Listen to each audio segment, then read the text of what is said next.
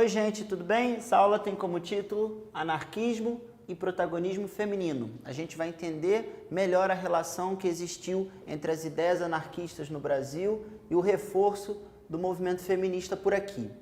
Para começar, é importante que a gente esclareça melhor para quem está acompanhando o que os historiadores chamam de anarquismo. Anarquismo foi uma teoria social que ganhou força no mundo do século XIX, que era basicamente contra o Estado, ou seja, contra as formas de governo, contra o capitalismo, contra todo esse sistema econômico e também com a igreja, contra a igreja, ou seja, de uma forma geral os anarquistas eram contra toda e qualquer forma de exercício de autoridade de uma instituição.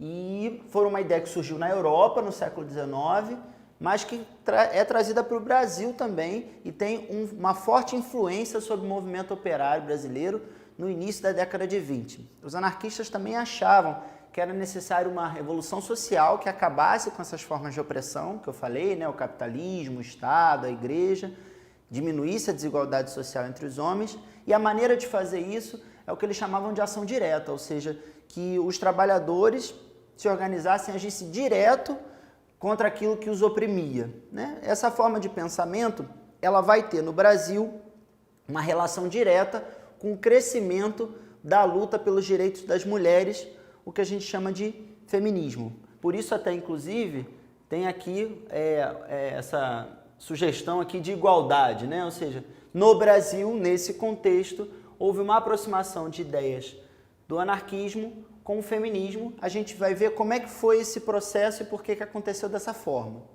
Primeira coisa, a gente tem que falar de que existia um feminismo brasileiro anterior à entrada das ideias anarquistas no Brasil. No século XIX, existiam algumas organizações que queriam a ampliação dos direitos das mulheres, né? Mas tudo isso veio muito aos poucos. Então, por exemplo, foi no início do século XIX que as mulheres começaram a ser autorizadas a frequentar as escolas, veja só, e depois, já mais para o final do século XIX, que foram autorizadas a frequentar o ensino superior, as faculdades. Vale a gente ficar atento que a autorização a frequentar não quer dizer que isso era bem aceito socialmente. O Brasil tem uma tradição bastante antiga de patriarcado, ou seja, de famílias masculinas, de liderança masculina, né? E predominância dos homens nos papéis de poder. Isso existia também no século XIX e esses avanços, eles foram muito assim, foram mais exceção do que regra. Mas é importante a gente perceber que já existia um movimento no sentido de garantir a ampliação da participação feminina na sociedade. Quando é que esse movimento se amplia de maneira assim, bastante decisiva? Muito por conta da industrialização. Ou seja, quando começam a surgir no Brasil as primeiras fábricas, sobretudo aí a partir da década de 10 do século 20, né? As mulheres elas começam a se oferecer também como força de trabalho, a ocupar esses postos de trabalho nas fábricas. E isso faz com que a participação feminina nesse movimento de modernização no Brasil seja bastante importante e comece a crescer. A gente tem que prestar atenção que isso não quer dizer que essas mulheres eram aceitas sem nenhum tipo de discriminação. Existia discriminação salarial com as mulheres, por exemplo, né? E ainda existia um pensamento muito forte na sociedade de que as mulheres deveriam se ocupar das tarefas domésticas. De toda maneira, a industrialização ela traz esse tema mais para o debate. Com o surgimento dessa classe operária no Brasil e o aumento do número de operários e trabalhadores, isso passa a ser um tema também da discussão dos movimentos operários. No Brasil, na década de 10, a principal referência que existia dentro dos movimentos operários de ideia para a transformação da sociedade era o anarquismo. Por isso é que existe essa associação aqui no Brasil.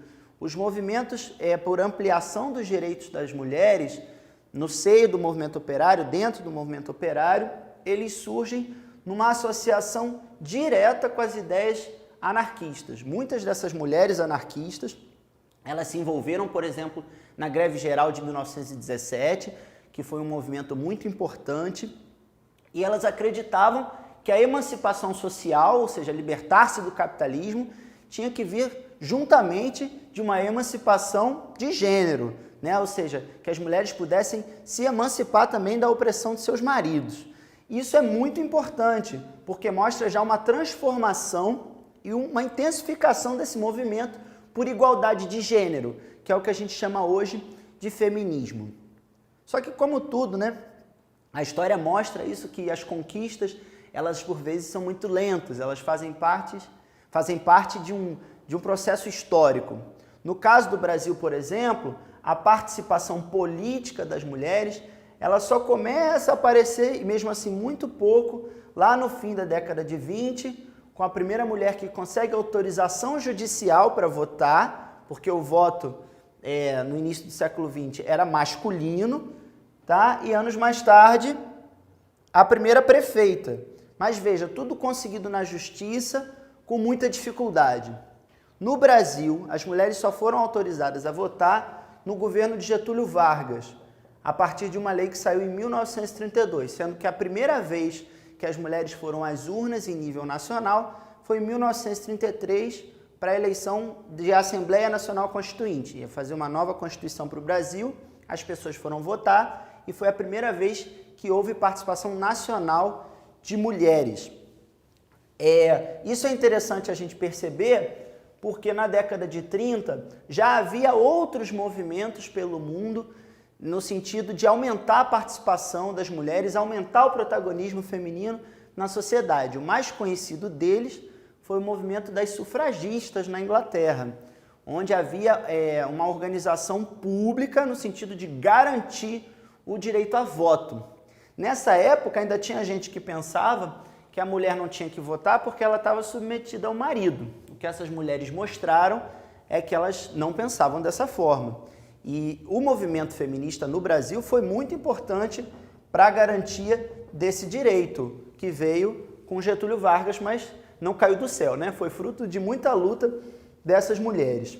Aliás, um outro fator externo que tem uma relevância muito grande na relação com a conquista do protagonismo feminino na sociedade é esse aqui, né? O efeito da guerra. O que acontece? Lá na Europa, no início do século XX, há duas grandes guerras mundiais, né? A Primeira Guerra Mundial e a Segunda Guerra Mundial. Foram uma série de conflitos de bastante impacto. O que aconteceu nesses países lá da Europa e que teve reflexo no Brasil?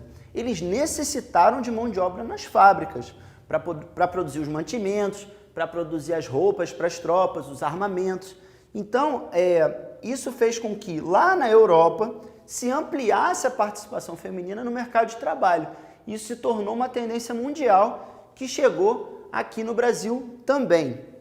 Então, repara como é que o mundo está conectado, né? Hoje mais, mas de certa maneira esse mundo do século XX também está bastante conectado, porque essas mudanças na Europa, elas têm desdobramento aqui no Brasil também. Para encerrar e para que fique bastante claro um dos pontos centrais dessa aula, é a existência de uma relação direta entre movimentos sociais, né, como o movimento dos operários ou do protagonismo feminino, e a conquista de direitos. A história mostra para a gente que todos os direitos que a gente consegue, né, como os direitos trabalhistas, o direito das mulheres, dos negros, dos LGBT, dos indígenas, eles se constroem com muita luta, né, com enfrentamento do padrão mais estabelecido, que nem sempre é de muita inclusão, né? Ou seja, todos os direitos eles são resultado da luta de muitas pessoas e mesmo da vida de algumas pessoas que tiveram que entregar para a causa da ampliação dos direitos. No caso das mulheres, isso foi bastante forte e ainda é uma discussão muito necessária, porque a desigualdade de gênero ela persiste no Brasil. Vou até te fazer um convite para você fazer uma pesquisa sobre esse tema, que existem muitos dados que corroboram para essa desigualdade, infelizmente, entre homens e mulheres até hoje, e acho que isso é uma realidade que a gente tem que enfrentar. É isso, gente, eu espero que vocês tenham gostado. Até uma próxima.